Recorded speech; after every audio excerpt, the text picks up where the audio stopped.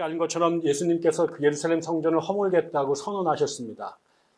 그리고 실제로 그 성전 안에 들어가셔서 그 환전상들을 쫓아내고 그리고 이 성전을 허물겠다라고 하나님의 예언을 아주 담대하게 전하셨습니다.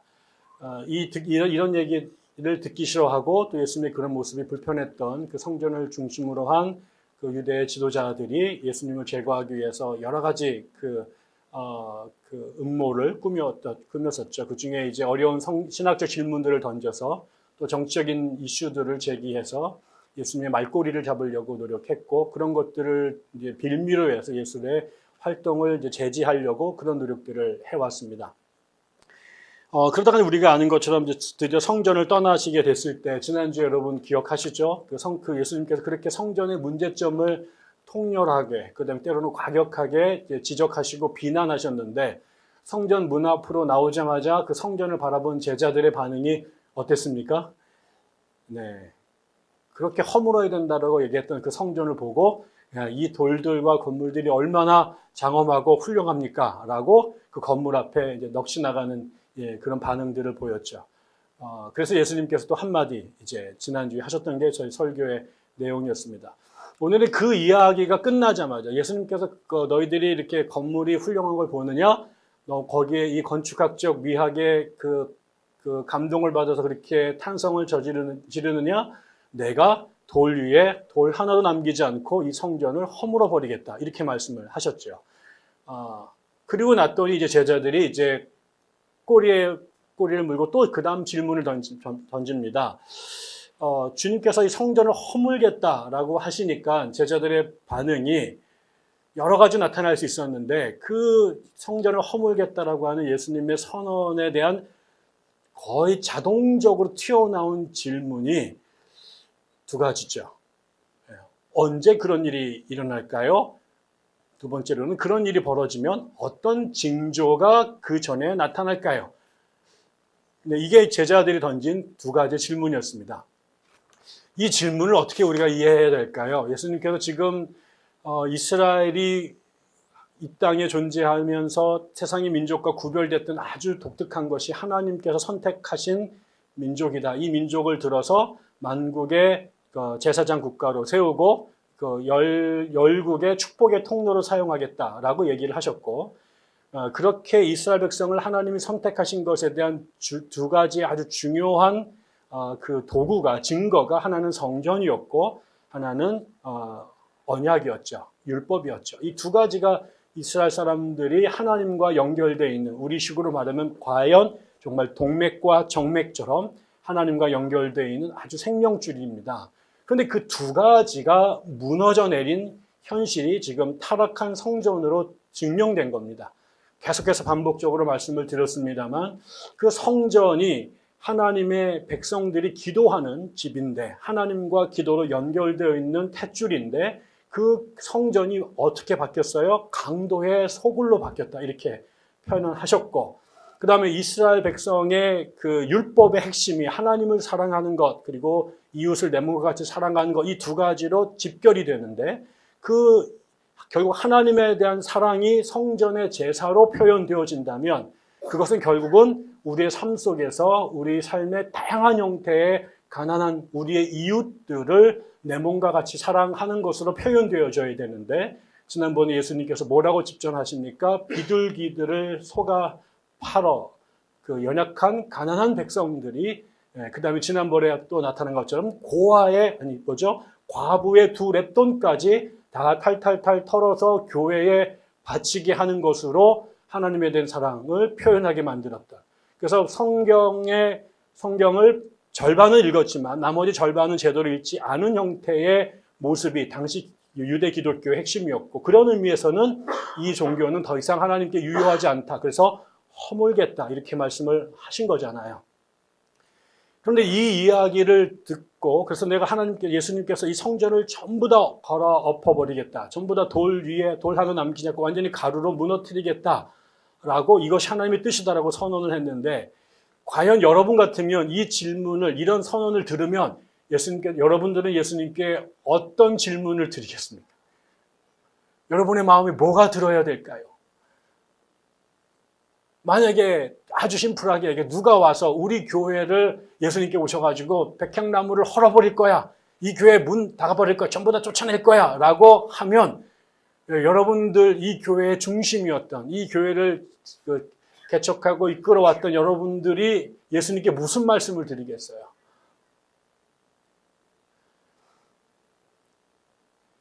모르죠. 모르지만 아마도 첫 번째 자동스러운 것이면 주님 그러지 마십시오. 꼭 그렇게까지 하셔야겠습니까? 우리가 성전이 없으면 어떻게 삽니까? 성전이 우리를 하나님과 연결시켜주는 유일한 탯줄이었는데 이거를 잘라버리시면 주님 우리가 어떻게 하나님과 우리가 그 교제를 나눌 수 있겠습니까? 주님 꼭 그러셔야 되겠습니까? 그러니까 그렇잖아요. 소돔과 고모라를 하나님께서 재앙으로 심판하겠다고 그 천사들을 통해서 하나님의 사자들을 통해서 아브라함에게 말씀하셨을 때 그리고 하나님께서 진노하셔서 그 우상 숭배하는 황금 송아지를 만든 이스라엘 백성을 하나님께서 전부 다 진멸하게 하셨다고 말씀하셨을 때 모세가 어떤 반응을 보였습니까? 만약에 우리가 정말 성전을 사랑하고 성전이 온전하게 되기를 원했다면 즉각적으로 나가서 하나님 그렇게 꼭 그렇게 하셔야겠습니까? 꼭 이 당신이 사랑하시고 여태까지 끌고 왔던 이 민족, 이 성전을 이렇게 가루로 하나님께서 분쇄하셔야겠습니까? 아니면 조금 더 나간다면 우리가 아브라함이나 그다음에 모세나 나중에 바울처럼 주님 제가 십자가를 질 터이니 주님 우리를 살려주십시오라고 말하는 게 어쩌면 그 성경에서 요구하는 자세인지 모르겠어요. 그런데 이제 이 친구들은 어떻게 얘기했냐면 내가 허물 거야 그랬더니 마치 그거는 그냥 다 경기가 결정이 된 것처럼 언제 그럴 건데요? 언제 우리 집 비우면 되죠? 이런 식의 반응이 나타난 거죠. 그리고 주님 그게 일어날 때쯤이면 징조가 나타날 때인데 그 조짐이 뭘까요? 언제쯤 허물어질지 그게 뭔가 그 사인이 뭘까요? 이런 이야기를 이제 했습니다. 근데 사실은 이런 반응이 그렇게 그 이상한 거는 아닙니다. 왜냐하면 이스라엘의 선지서나 혹은 묵시록, 묵시문학에 보면 잘못한 이스라엘을 향한 하나님의 심판이 끊임없이 선포가 되죠. 그리고 그 선포하면서 앞으로 이런 하나님의 심판이 올 텐데 그때는 이런 징조가 나타날 거다라는 얘기가 성경에 끊임없이 나옵니다. 그러니까 그런 문화에 익숙했던 그들에게는 어쩌면 마치 2차 방정식을 푸는 것처럼 X와 Y 값을 집어넣으면 그냥 Z가 딱 나와야 되는 것 같이 이런 상황이 닥치면 우리는 이렇게 대답해야 될 것 같이 말하면서 결국은 언제쯤 일어날까요? 그 다음에 징조가 뭘까요? 이렇게 질문을 했습니다. 우리도 그런 거 아닐까요? 우리가 소위 말하는 종말론자들, 그 다음에 세대주의를 믿거나, 그 다음에 시한부 종말론을 믿는 사람들은, 이 잘못한 이 나라가 여기 하나님의 심판이 임할 거다. 그리고 그때는 그런 징조가 나타날 거다. 그런 거에 올인해 왔습니다. 교회사에서도 종말론을 연구했던 사람들은 전부 다 무슨 얘기를 하냐면 하나님의 예수의 재림이 나타낼 조짐이 뭐냐? 징조가 뭐냐? 그게 과학이 발전하고 통신수단이 진보되고 진화론이 확장이 되고 그 다음에 유엔을 비롯한 그런 연합기구들이 세계를 통치할 기구들이 많아지고 이런 것들이 전부 다 그 재림의 징조다. 그러다가 이스라엘에서 6.1 전쟁이 터지니까 봐라 주님 다 오셨다. 온통 여기에 얘기를 했고 그런 것에 이제 이장님 같은 사람들이 이제 그 선동으로 나타나가지고 그런 징조를 막 얘기를 하면서 사람들을 모아서 장사를 엄청나게 한 거죠. 그 징조예요. 그 징조를 계속 가리켰어요. 그리고 지금도 온갖 베리칩을 집어넣겠다는 사람들도 있고 이런 짓을 하면서 징조 이렇게 얘기를 하는 거죠. 그게 인류가 올해 2000년 동안 해왔던 일들입니다. 그런데 주님은 그런 징조를 그다음에 때와 징조를 묻는 사람들에게 한 번도 명확하게 얘기하신 적이 없어요. 우리가 아는 것처럼 그때는 아버지 외에는 아무도 모른다. 라고 분명히 얘기를 했는데 자꾸 와가지고 언제냐고요 이렇게 치근덕거리죠. 귀싸대기를 한 대씩 때려줘야 됩니다. 입 다물어. 모른다고 그랬잖아. 그거는 네가 알 바가 아니야. 그럼 네가 하나님이야? 가만히 있어. 그냥 그분이 하실 거야. 주님이 여기서 오늘 이야기도 마찬가지입니다. 징조와 때를 말하는데 주님께서 그 징조와 때의 얘기를 정확하게 안 하시고 오히려 다른 이야기를 하십니다. 오늘 우리가 읽은 본문에 보면 첫 번째, 징조와 때를 묻는 사람들에게 주님께서 세 가지의 명령어를 쓰십니다. 첫째, 속지 마라. 또 뒤에 본문 한번 띄워줄래요? 속지 마라. 이게 첫 번째입니다. 사람들이 와가지고 그래, 니들 맘대로 징조가 있긴 있어. 사람들이 내가 메시아야, 내가 재림 왕이야 라고 떠들어대는 사람이 있을 거야. 그런데 주님께서 뭐라 그래요? 속지 말라. 이렇게 말합니다. 또 기근과 재난이 막 이런 얘기들이 있습니다. 그 뒤에 넘어가 보세요. 6, 7장 넘어가면 뒤에 쭉 뒤에 7절에 그런 일들이 벌어집니다. 전쟁도 나고 기근도 나고 재난도 벌어지는데 걱정하지 마라. 놀라지 마라. 아직 때가 안 이뤘다. 마지막에 뒤에 가면 또 이제 너희들이 그 고난을 당하는 일들이 벌어질 텐데 9절에 스스로 조심해라.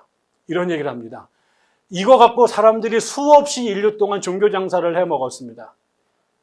그 사람들이 이 때를 갖고 자기들 맘대로 그게 1세기에도 5세기에도 12세기에도 그 다음에 16세기에도 19세기에도 20세기에도 끊임없이 나타나서 사기꾼, 종교적 사기꾼들이 구라를 있는 대로 치면서 자기가 조작해낸 징조들을 하나님의 징조라고 팔아먹으면서 자기가 그때를 안다라는 거죠. 제가 전에도 말씀을 드렸지만 1990년대 이장님이 다미성교회를 만들어가지고 나라를 온통 뒤집어 놓은 적이 있습니다. 여러분, 그 이장님 목사가 나중에 사기로 감옥에 갔습니다. 그 사람이 사기꾼이라는 게 그 주님이 오시기로 예정된 그날 전에 이장님이 감옥에 갔습니다. 근데 그때 범죄의 제목이 사기였어요. 이 사람이 왜 사기라고 하는, 이 사람의 예언이 사기라고 하는 증거가 뭐였냐면 이 인간이 그 교회에서 받은 수많은 사람들의 헌금으로 고층 빌딩을 매입했습니다. 주님이 곧 오신다며. 전부 다 휴거한다며. 그래서 흰 옷 입고 거기서 북치고 장구치고 있는데 자기가 왜 이 땅에다가 고액의 빌딩을 매입하냐고요. 그것 자체가 경찰들이 볼 때 이거는 사기다 이런 거죠. 지도 안 믿은 거예요. 다 속은 거죠. 다 두려워한 거죠. 다 정신줄을 놓은 거죠. 그런데 그게 아니라는 거예요. 그러면서 뭐라고 말해요? 사람들은 징조와 조짐을 얘기를 하고 때를 묻는데 주님은 뭐라고 말씀하시냐면 복음을 전해야 된다 라는 이야기로 답변을 하십니다. 사람들은 주님이 이 성전을 언제 허물까를 주목하고 있었는데 그러면 그때에 피하던가 도망가든가 대비를 하는 거예요. 성전이 무너지는 것에 대한 대비로 아마 보험을 들든 피난처를 구하든 그런 식으로 탈출구를 찾았는지 모르겠습니다. 그런데 예수님은 성전을 허물 것이다 라고 말하면서 그것에 대한 제자들의 질문에 답으로 뭘 주시냐면 땅끝까지 복음이 전파되어야 한다라는 거예요.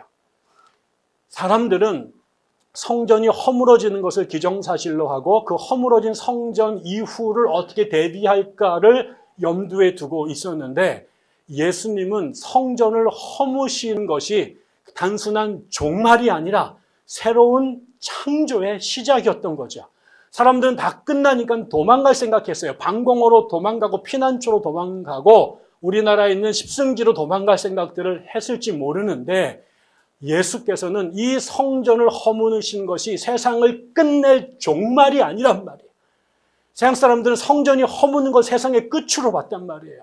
예수는 성전을 허물고 그곳에 당신의 하나님의 나라를, 당신의 교회를 통해서 하나님의 나라를 다시 세우실 창조를 도모하신 거예요. 단순한 허물어서 해체하는 것이 아니라 새로 창조하기 위한 해체였단 말이에요. 주님은 교회를 세우실 생각을 하고 성전을 허무신 거예요. 그런데 그 성전이 성전이 허물어진 것에 교회가 어떻게 세워지냐? 그거는 복음이 땅끝까지 증거되는 것으로 하나님의 교회가 세워진다는 거죠. 그런데 여기에서 중요한 건 복음이 뭐냐 이거죠. 예수 천당 불신 지옥, 이게 복음일 수도 있겠습니다만 예수님께서 그 전까지 당신이 보여주신 이 13장 이전까지 사역 가운데 예수 천당 불신지옥이란 말 하신 적 있어요? 예수가 말한 복음이 뭡니까? 예수가 선포했던 메시지가 뭡니까? 지금 13장까지 오기에 예수가 끊임없이 선포했던 메시지가 뭡니까? 회개하라, 천국이 가까웠다라는 거예요. 사람의 땅이 아니라 로마 제국이 지배하는 인간의 권력이 강한 자들이 약자를 억누르는 이 세상, 바빌론의 또 다른 바빌론의 역사가 왔던 이 세상에 진정한 주인이 하나님이시라고 하는 그 하나님이 다스리신 세상이 이 땅에 도래할 것이다. 너희들이 끊임없이 절하며 숨겨왔던 모든 우상들의 세계를 하나님께서 허물고 그곳에 당신의 나라를 건설할 것이다. 그러니 회개하라. 뭘 회개해요? 하나님 아닌 것을 하나님으로 섬겨왔던, 그게 바알이 되고 아세라 되고 이제는 로마의 신상이 되었던 그 온갖 하나님 아닌 것들이 우상으로 이 세상을 지배했던 가짜 세상에 이제 하나님께서 그 밑둥들을 전부 다 잘라내고 당신의 나라를 세우실 것이다. 돌아서서 하나님께로 돌아오라. 이 복음을 예수가 전했고, 그것 위에 왜 지금 심지어 예루살렘의 성전마저도 하나님의 이름으로 하나님의 전인데 그 성전 안에서 이루어지는 작태는 하나님과 상관없는 그런 일들. 예수님께서 종말의 징조를 뭐라고 말씀하신다면 거룩한 곳에 서지 못할 것이 서거든, 이거예요. 거룩한 곳에 서지 못할 것이다. 그게 뭡니까? 하나님의 성전에 하나님이 계셔야 되는데 거기에 이교의 신상이 있어요.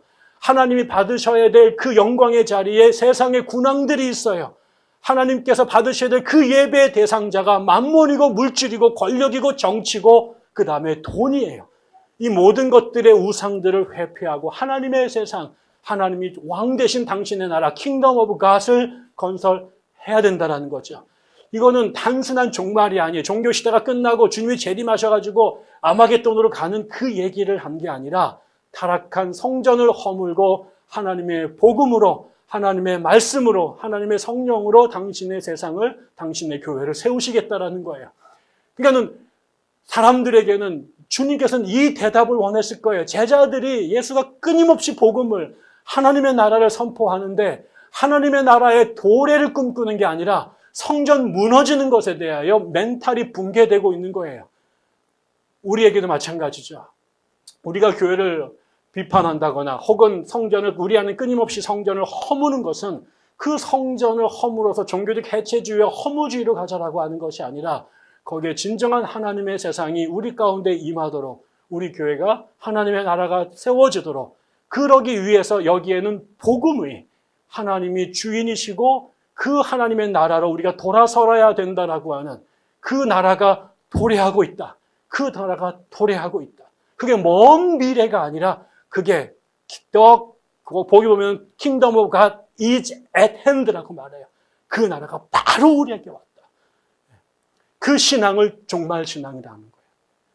임박한 하나님의 나라가 우리 가운데 온 것을 보면서 살아가는, 완전히 이루어지지 않지만 우리에게 다가오고 있는 그 하나님을 바라보면서 지금 여기에서 우상에게 절하지 않고 하나님의 주권을 인정하고 그분의 뜻이 실현되도록 몸부림치는 삶을 살아내는 것, 그게 우리에게 기대되는 하나님 백성의 삶인 거죠.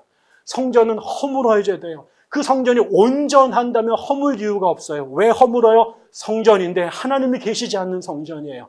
하나님의 뜻이 이루어져야 될 현장이 하나님의 뜻이 배제된 곳이에요. 그거는 허물어야 돼요.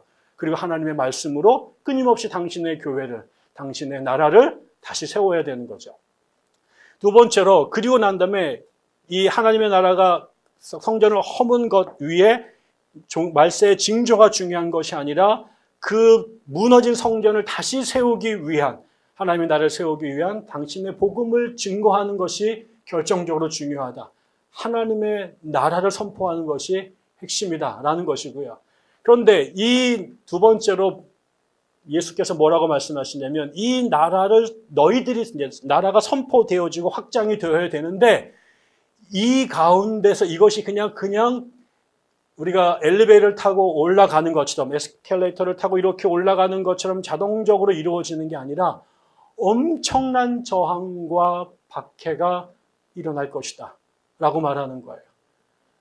우리가 교회 다니는 것 때문에 박해를 받는 게 아니라 그 성전을 허물고 거기에 하나님의 복음을 선포할 때 이 성전의 주인이 하나님 만군의 주 여호와라고 하는 우리의 주인이 우상이 아니라 로마 제국의 황제가 아니라 만군의 주 여호와 하나님이라고 선포하는 그 순간 우리에게 상상할 수 없는 박해가 옵니다. 그 박해의 내용이 뭡니까? 제일 먼저 세상 사람들이 박해를 하는데 성경에 이거를 올려주는 게 어려운가요? 성경을 보세요. 거기에 보면 그 박해가 오는데 그 박해가 세상 사람들이 너희들을 법정으로 끌고 가요. 우리가 검찰에 한번 끌려가 본 적 계세요? 감옥에 한번 가보신 적 계세요? 우리 언제 단체로 여기 서대문 형무소 한번 가보면 좋을 것 같아요. 거기 문 열었대는데, 제가 대학 다닐 때 우리 후배가 지나가다가 데모하는 옆자리를 지나가는데 엄마가 그날 또 특별히 아들 대학 갔다고 좋은 파카를 하얀 거로 세운 얘가 키가 180이 넘는 아이인데 경찰이 찍었는데 지나가다가 얘만 딱 지킨 거죠. 그래서 대학 들어온 지 3주 만에 감옥에 갔어요. 그래가지고 영등포 구치소에 이제 끌려갔는데 제 고등학교 직속 후배였거든요. 그래서 걔네 엄마가 나한테 와가지고 아니 그 동만이 선배가 있어가지고 믿고 보냈는데 애를 아니 그게 나랑 무슨 상관이에요? 걔가 나는 그때 우리 동기들 저기 설악산으로 수학여행을 갔고 걔는 신촌에 뭐 문구 사러 갔다가 여기 신촌 앞에서 걸려서 감옥에 간 거죠. 그래서 저는 처음으로 서울에 있는 구치소에 걔를 면회를 가고 그 다음에 영등포 구치소에도 2번 갔어요. 근데 분위기가 다르더라고요. 새창살 딱 들어가고 험하게 생긴 경찰들이 말도 그냥 함부로 하고 전부 다 우리를 같이 엮어서 집어넣고 같이 보이고 근데 그게 가가지고 우리가 통닭구이 한번 당하고 이런 일들 당하게 되면 이게 무섭죠. 법정에 덤겨진다는 게 괜히 위축되고 자동차 벌금만 내러 가서 판사 앞에 서도 우리가 쫄잖아요. 근데 그런 일들 세상의 법정에 끌려가요. 더 심각한 것은 우리가 사랑하는 사람들로부터 버림받아요. 형제, 부모, 친척으로부터 우리가 제일 먼저 박해를 받아요. 남들은요 관심 없습니다. 사랑하고 좋아하고 소중하게 생각하는데 그 사람들이 정작 내가 가는 그 길을 이해하지 못해요. 그래서 안타까우니까 욕하게 되고 안타까우니까 때리게 되고 안타까우니까 싸우게 되죠. 내가 그동안 내 삶의 중심이었던 내가 지키기 위해서 내가 그토록 일하고 눈물을 흘리고 고생해서 지키려고 했던 그 가장 사랑하는 사람들로부터 내가 버림을 받는 일들이 벌어진다는 거죠. 엄청나게 큰 고통을 당합니다. 너희가 내 이름 때문에 모든 사람들로부터 미움을 받는 사실은 하나님을 선택하는 그 순간 그동안 다시 내가 지키고 싶어서 하나님을 선택하는 게 있어요. 다시 말하면 내가 하나님을 선택할 때 하나님이 나의 궁극적 관심이 아니라 내가 사랑하는 사람들과의 삶을 행복하고 영화롭고 부유하게 살도록 하나님이 도구로 필요했어요. 내가 교회 나왔던 것은 하나님 때문이 아니라 내 사랑하는 가족들, 내 자식들, 내 형제들, 내 기업들, 내 사업들 이 사람들을 위해서 하나님이 필요했단 말이에요. 그런데 내가 이 모든 것들을 내려놓고 하나님을 궁극적 관심으로 선택하는 그 순간 내가 그동안 일생을 들여왔던 이 모든 사람들이 적으로 돌변해요. 이 모든 사람들이 나를 광신도로 나를 종교적인 일탈꾼으로 비사회적인 사람으로 공격을 하게 되죠. 상상한 적이 없었던 고통들이 밀려납니다. 우리가 예수를 믿는다라고 하는 것이 어려운 것은 성경 공부가 어려운 게 아니에요. 이 시간에 앉아서 졸린 시간 1시간 버티는 게 어려운 게 아니에요. 우리들끼리 갈등하는 거 그게 어려운 게 아니에요. 우리가 하나님을 우리의 예배자로 선택하게 되고 그분 앞에 올인하는 순간 내가 인간으로 누렸어 왔던 내가 가장 소중하게 생각했던 모든 것들을 잃을 수도 있어요. 그래서 예수께서 천국을 뭐라고 아까 천국은 마치 밭에 감추인 보화 이거 아주 재밌게 불렀잖아요. 과연 그럴까요? 여러분이 밭에 감추인 보화를 얻기 위해서 여러분의 전 재산을 팔아야 돼요. 내가 그동안 생명을 들여서 지켜왔던 이 모든 것들을 포기하고 밭에 감추인 보화를 선택해야 되는데 그게 과연 쉬울까요? 과연 쉬울까요? 절대로 그렇지 않아요. 이거는 단순히 신학교 가기 때문에 생기는 문제가 아니라 백향나무 교회를 다니기 때문에 문제가 생기는 게 아니라 하나님을 나의 유일한 주인으로 선택하는 순간 여러분이 상상하기 어려운 일들이 생겨납니다. 우리 교회도 그럴지 몰라요. 우리 교회가 그냥 모이는 건 좋을지 모르는데 우리가 정말 하나님을 주로 인정하고 그분에게 올인하는 교회가 되려면 어쩌면 우리 안에서 가장 큰 반대가 일어날지도 몰라요. 마지막으로는 이 박해가 벌어지는데 처음에 아마도 제자들이 언제 일어날까요, 주님? 그 다음에 그 일어날 때 징조가 뭘까요? 라고 물었을 때 이 이야기가 제일 심각한 문제는 이 제자들이 이 사건을 객관화해서 보고 있다는 거예요. 다시 말하면 남의 문제로 보고 있다는 거예요. 문제가 두 가지가 있대요.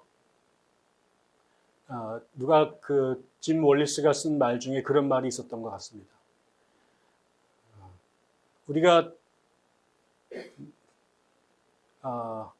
밖에 불이 났는데 불이 난 광경을 보면서 어떡하지? 라고 하는 반응이 있고요. 내가 뭘 할 수 있을까? 라고 하는 반응이 있다는 거죠. 우리 대부분은 어떡하지? 세월호가 무너지는데 헝가리에서 배가 가라앉았는데 속초에서 불이 났는데 텔레비 보면서 어떡하지? 여기에서 대부분은 끝나는 거죠. 근데 예수님이 달랐던 것은 우리의 삶을 보고 어떡하지로 끝난 게 아니라 내가 뭘 해야 할까로 간 거죠. 아까 도경 선생님께서 했던 너무 중요한 말씀, 그 쉐마라고 하는 말이 들으라 라고 하는 그 말이 그냥 귀로 우리가 감각으로 그 소리를 반응해서 듣는 게 아니라 순종하라고 하는 말. 우리나라 말도 똑같은 말이잖아요. 내 말 좀 들어라 라고 말할 때는 그 말을 따르라는 말이지 귀 열고 리스닝 훈련하라고 하는 얘기가 아니잖아요. 이 사람들이 예수님께서 아마 안타까웠던 것은 지금 민족의 중심인 성전이 무너지는데 제자들이 이 문제를 불구경하듯이 남의 이야기하듯이 바라보는 거예요. 그런데 주님께서 마지막에 오늘 메시지는 너희들과 이 성전의 무너짐이 남의 문제가 아니라 바로 너의 문제고 너의 책임이라는 거예요. 왜 그러냐면 이 성전을 허물고 이제 뭘 할 거냐면 만민에게 복음을 전하는 일이 있어야 되는데 그 복음을 누가 전해야 되냐면 바로 니들이 전해야 된다는 거예요. 이 얘기는 뭐냐면 성전이 허물어진 성전 위에 하나님의 나라를 다시 세우는 그 사명이 남들에게 있는 것이 아니라 다른 누가 하는 게 아니라 바로 너희들, 나랑 같이 이 십자가의 길을 걸어가는 너희들에게 주어진 일이야. 내가 아까 말했잖아. 그 엄청난 그 재난이 벌어지고 너희들이 꿈꿨던, 너희들이 예상했던 종말의 그 징조가 있긴 있을 거야. 근데 그 종말의 징조가 남의 이야기가 아니라 내 얘기라는 거예요. 우리나라의 종말론에 제일 큰 영향을 미친 게 세대주의적 전천연설이라는 거예요. 이 세대 전천연설이 아주 나쁜 건 뭐냐면요. 이 세대 전천연설이 인기를 엎었던 결정적인 것은 이 땅에 7년 대환란이 벌어질 터인데 그 대환란이 벌어지기 전에 예수의 제자들은 홀라당 휴거당해서 고난을 하나도 안 당하고 우리는 위에 있고 나머지 애들 예수 안 믿던 7년 동안 개고생을 하다가 아마겟돈 터지고 뭐 작살나고 그러다가 다 끝나면 수습이 정리되는 우리는 쏙 내려와서 우리끼리 천년왕국 누릴 거야. 여러분, 예수님이 세상을 그따위로 구원했을 거면 십자가에 달려 죽지도 않으셨습니다. 그건 종교적 사기입니다. 뭐라고 말합니까? 지금 당하는 종말의 징조의 고난이 누구에게 닥치냐면 안 믿는 자들에게 닥치는 게 아니라 믿는 너희들에게 닥친다는 거예요. 너희들이 세상에게 절하고 살면 이런 고통 당할 이유가 없어. 근데 세상의 우상들에게 돌아서서 하나님을 선택하고 이 땅에 천년 하나님의 나라를 선포하게 되는 순간 너희들이 상상했던 종말의 징조가 전부 다 너희들의 문제가 된다. 그런 속에서 너희들이 복음을 증거하게 될 것이고 그 복음의 증거를 통해서 하나님의 나라가 이 땅에 세워질 거라는 거예요. 그런데 여기에 놀라운 메시지가 있어요. 사람들에게 지금 무슨 얘기를 하냐면 천국을 선포하는 거 아닙니까? 하나님의 나라를 그 무너진 타락한 성전을 허물고 거기 하나님의 나라를 세우겠다라는 거 아니에요. 그게 꿈이잖아요. 그런데 지금 여러분 뭐라고 말합니까? 너희들이 이 마지막에 복음을 전한 사명이 너에게 있는데 너희들이 그 복음을 전하다가 엄청난 고난을 당할 거라는 거예요. 그런데 너희들이 뭐 해요? 그때 복음을 전할 때 너희들이 무슨 말을 해야 될지 누가 가르쳐 준다고요? 성령께서 가르쳐 준다는 거예요. 성령께서 너희에게 임재한다는 거예요. 하나님의 나라가 뭡니까? 하나님이 거하시는 것 아닙니까? 하나님의 뜻이 선포되는 것 아닙니까? 하나님의 뜻이 이루어지는 것 아닙니까? 지금 하나님의 뜻을 저버려서 강도의 굴혈로 해체될 수밖에 없는 그 성전 한복판에 하나님의 복음으로 당신의 나라를 세우는 그 사명을 맡은 제자들이 인간적으로는 세상에 말할 수 없는 고난과 박해를 당할 수밖에 없는데 바로 그 사람들 위에 성령이 임재하신다는 거예요. 하나님의 나라가 임한다는 거예요. 그래서 내가 말했던 것, 내 욕심으로 지배되는 게 아니라 성령이 내 삶을 사로잡으셔서 그분이 당신이 하고 싶은 말씀들을 내 입술을 통해 선포한다는 거예요. 아브라함을 통해 하셨던 그 일, 모세를 통해 하셨던 그 일, 이사야를 통해 하셨던 그 일이 당신의 순종에 복음 가운데 하나님의 나라를 선포하는 그들 가운데 임한다라는 거예요. 이 땅에 이 환란의 한복판에서 하나님의 나라를 제일 먼저 제일 강력하게 경험하는 사람들, 그 사람들이 하나님을 선택해 박해를 견뎌낸 사람들이라는 거죠. 결국 예수를 선택한다는 것이 인간적으로는 우리가 그동안에 우상처럼 생각했던 수많은 것들을 잃어버리고 내가 지키려 했던 사람들로부터 되돌림을 당하는 안타까운 인간적인 상처가 클지 모르지만 동시에 그 순간이야말로 우리가 하나님을 가장 강력하게 온전하게 그분의 임재를 경험하고 그분의 나라가 내 삶 속에 실현되는 가장 놀라운 은총의 자리가 순간이 된다는 거죠. 하나님의 나라를 우리가 하나님을 경험하는 건 바로 그 자리인 거예요.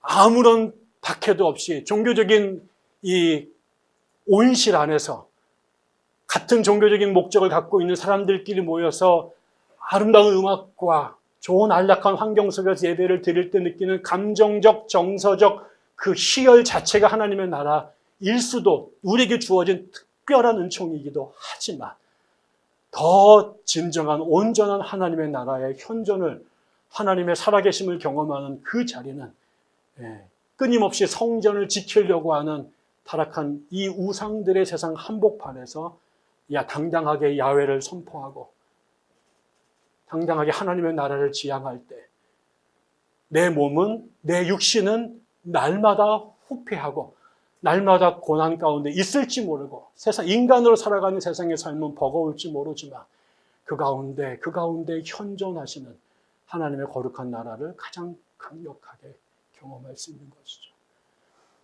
요한계시록을 써서 그 박해 가운데 있는 이스라엘 백성들에게 마지막까지 신앙을 붙잡으라고 말할 때 그 하나님의 그 로마 제국의 박해 한복판에서 하나님의 나라를 붙잡았던 하나님을 십자가를 붙잡았던 그들 위에 하늘로부터 예루살렘의 성전이 임하는 거예요. 그게 먼 미래에 벌어질 누가 쓴 판타스틱 소설이 아니라 우리의 매일의 일상의 삶에서 우리가 단호하게 너희들의 저 강 건너편에 믿었던 신들을 선택하라. 그러나 오늘부터 나와 내 집은 만군의 여호와를 선택하겠다. 라고 했던 그 여호수아의 결단과 신앙의 고백 위에 하나님께 당신의 나라를 세우신단 말이에요. 저는 우리 교회가 그런 용맹한 사람들의 모임이 됐으면 좋겠어요. 하나님이 어디 계시느냐? 이 땅에 신학과 교회가 무슨 의미가 있느냐? 라고 수많은 사람들이 의미를 제기하고 그것에 대해 신학자들이 수많은 답을 주기 위해서 애쓰지만 하나님의 나라는 설명으로 되지 않아요. 하나님의 나라는 능력 안에서 경험할 수 있는 거예요. 그 능력은 바벨의 한복판에서 야훼를 선택한 사람들, 육체의 환난과 시험 가운데 단호하게 하나님의 손을 붙잡는 사람들, 그다음에 하나님의 이름을 이 땅에 삶으로 입술로 선포하는 사람들, 그들 위해 하나님의 강력한 임재를 맛보는 거죠. 저는 그런 의미에서 성령의 임재를 가장 강력하게 경험하는 그런 은사주의적 교회, 분위기로 뛰고 박수 쳐가지고 그분이 접신한 단계로 가는 그런 은사주의자 말고 한복판에, 고난의 한복판에 하나님의 나라를 선포하려고 할 때 성령의 영이 강력하게 임재해서 그분이 내 삶과 입술로 그분의 복음을 선포하게 되는 그런 은사주의, 그런 오순절, 그런 성령운동이 저는 우리 교회에 일어났으면 좋겠습니다. 기도하겠습니다.